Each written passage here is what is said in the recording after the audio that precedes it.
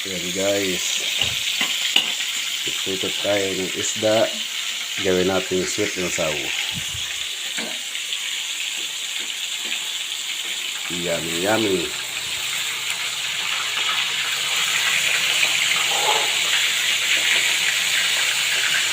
Ano ba?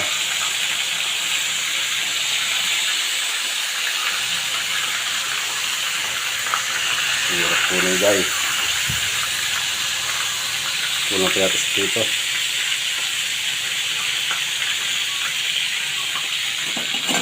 Ayan. Simpleng ulam.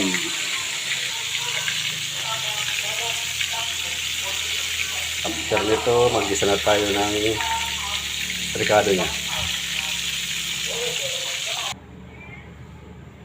Ayan, mag-igisa na naman tayo. Mag-isa tayo na. Ilagay na natin yung bawang. Bawang. Para sa sweet and sour.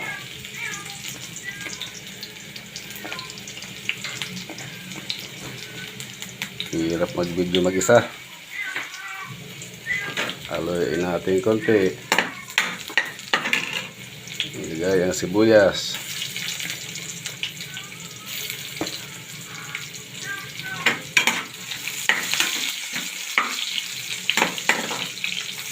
Haluin. Ilagay ang luya.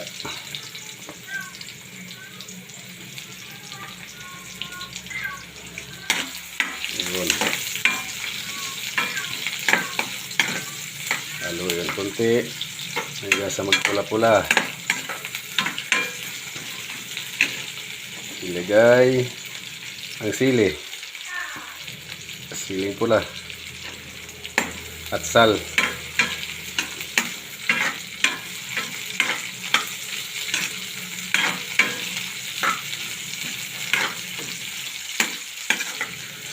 Yun. Simpleng lutong sweet and sour.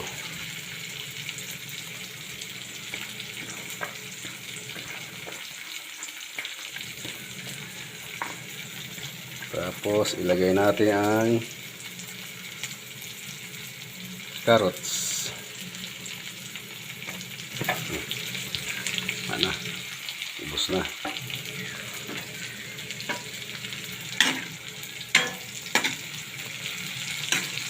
Marami ata yung carrots ha.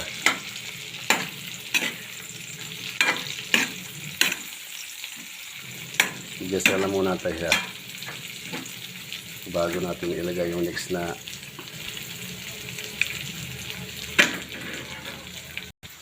Ito na yung prito nating isda.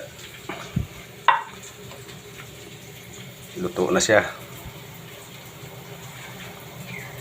Ito lalagyan natin ng sweet and sour. Lutuin lang natin itong gulay.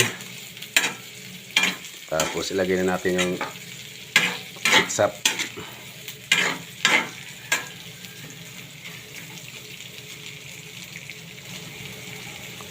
Ilalagay natin konting paminta. Pamintang powder. Konti lang. Hindi magpait.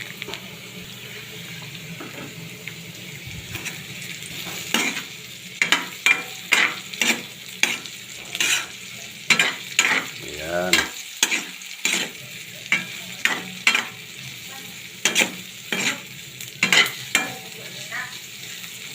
Ma?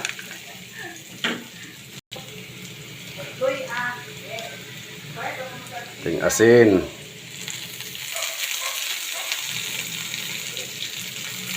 Asin. Haluin.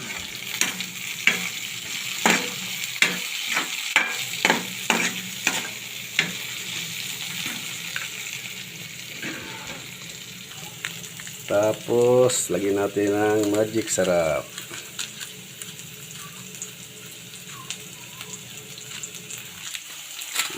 Haluin ulit natin. Luto na ang gulay. Lagyan natin sa konting water, konting tubig.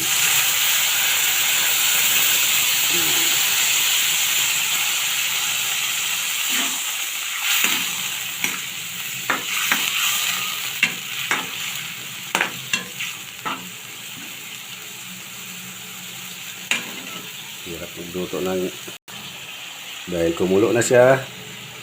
Ilagay natin ang ketchup.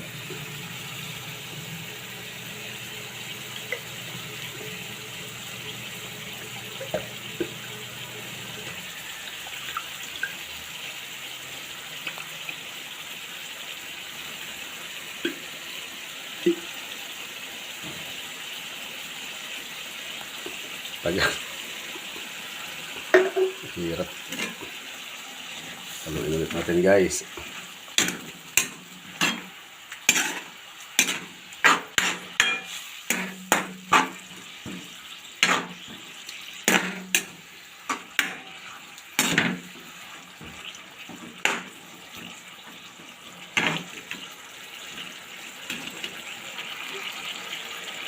Para matamis talaga siya.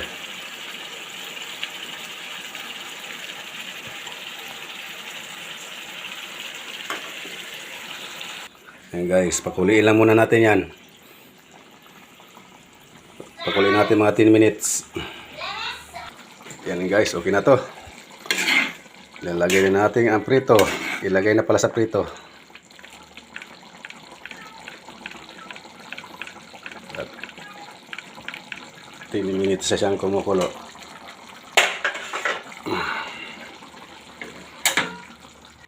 Ayan.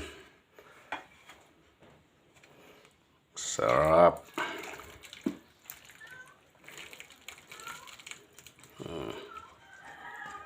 Okay ko. Nainit. Napasok pa ako. Luto na yung recipe ko.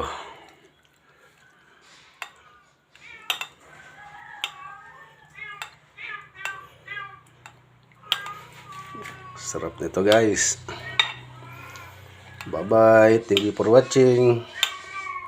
Luto na yung sweet and sour ko. Pwede nyo lutuin to. Bye bye.